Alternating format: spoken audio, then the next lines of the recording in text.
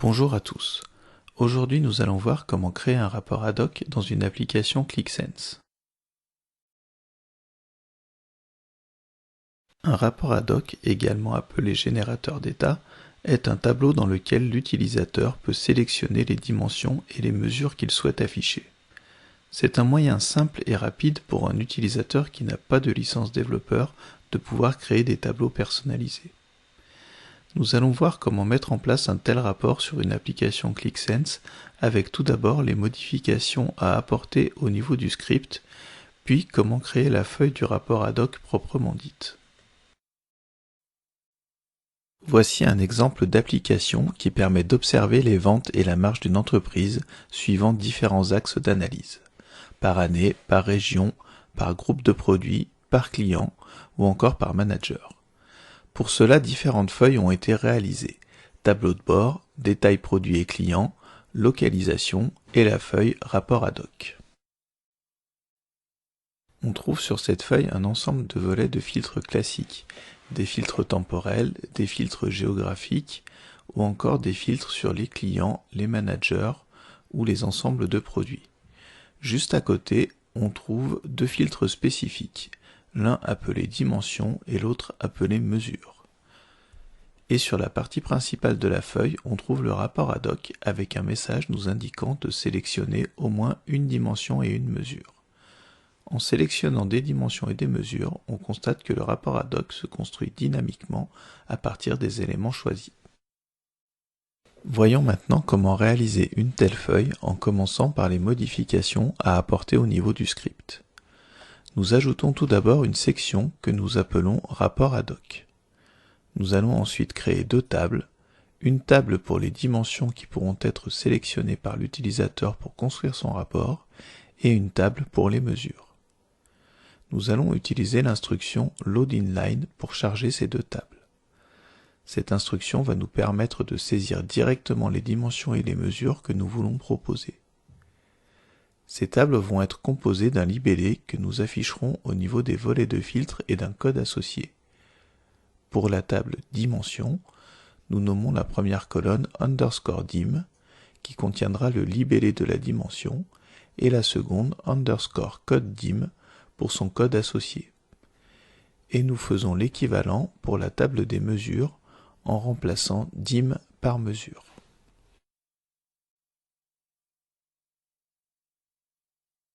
Nous avons en amont préparé la liste des dimensions et la liste des mesures associées à des codes que nous pouvons copier et coller pour alimenter nos load_inline.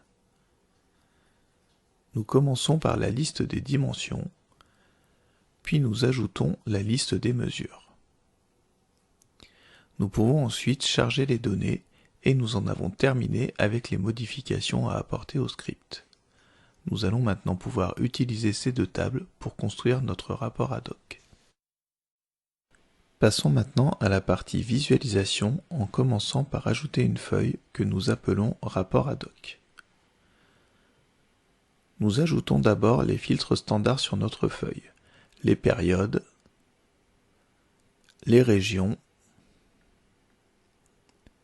les managers, les clients et enfin les produits. Puis nous ajoutons un volet de filtre pour la sélection des dimensions et un volet de filtre pour la sélection des mesures en utilisant les tables dimensions et mesures que nous avons créées dans le script. Nous prenons tout d'abord le champ dim pour les dimensions, puis le champ mesure pour les mesures. Nous passons ensuite à la réalisation du rapport ad hoc proprement dit en ajoutant un tableau simple.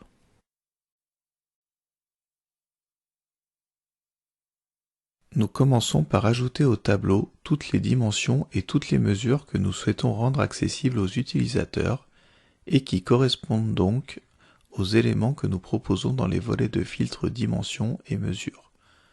On commence par ajouter les dimensions jusqu'à la dimension ville, puis on passe aux mesures, avec pour finir la mesure vente. Une fois toutes les colonnes ajoutées, nous allons utiliser la propriété afficher la colonne ci afin de conditionner l'affichage de chaque colonne aux dimensions et mesures sélectionnées. Pour cela, nous allons utiliser la fonction concat sur le champ code dim. Cette fonction permet d'obtenir une liste de tous les codes dimensions sélectionnés. Sur cette liste, nous employons ensuite la fonction substring count avec le code de la dimension qui correspond à notre colonne pour tester si celle-ci fait partie des colonnes sélectionnées. En l'occurrence, pour la dimension année, nous testons le code 10.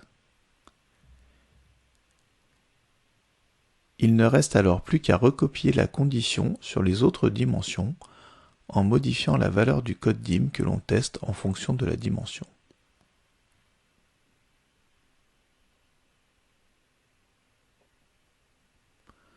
Pour les mesures, nous utilisons une condition équivalente, mais cette fois en utilisant le champ code mesure à la place du champ code dim.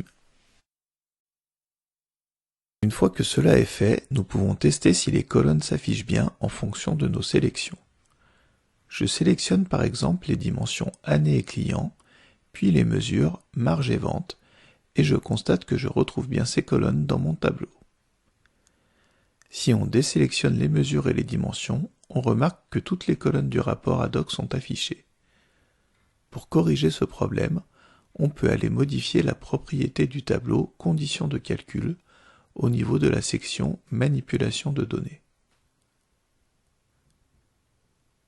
On utilise la fonction getSelectedCount sur les champs dim et mesure pour s'assurer qu'on a bien au moins une valeur de sélectionnée pour ces deux champs. On peut ensuite paramétrer le message affiché pour que l'utilisateur soit informé qu'il doit sélectionner au moins une dimension et une mesure pour visualiser le rapport ad hoc.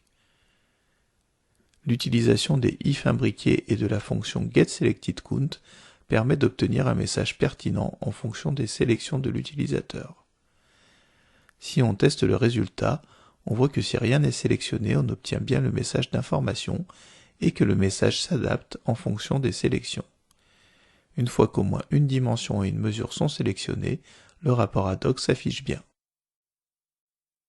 Nous avons donc vu les différentes étapes de la création d'un rapport ad hoc en commençant tout d'abord par le script pour ajouter les tables des dimensions et mesures qu'on souhaite proposer aux utilisateurs.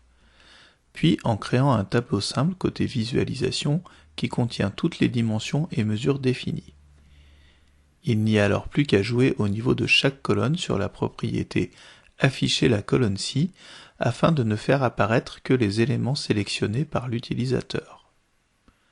Pour finaliser le rapport, il reste uniquement à paramétrer la condition de calcul et son message associé pour faire en sorte qu'au moins une dimension et une mesure soient sélectionnées avant d'afficher les éléments du tableau.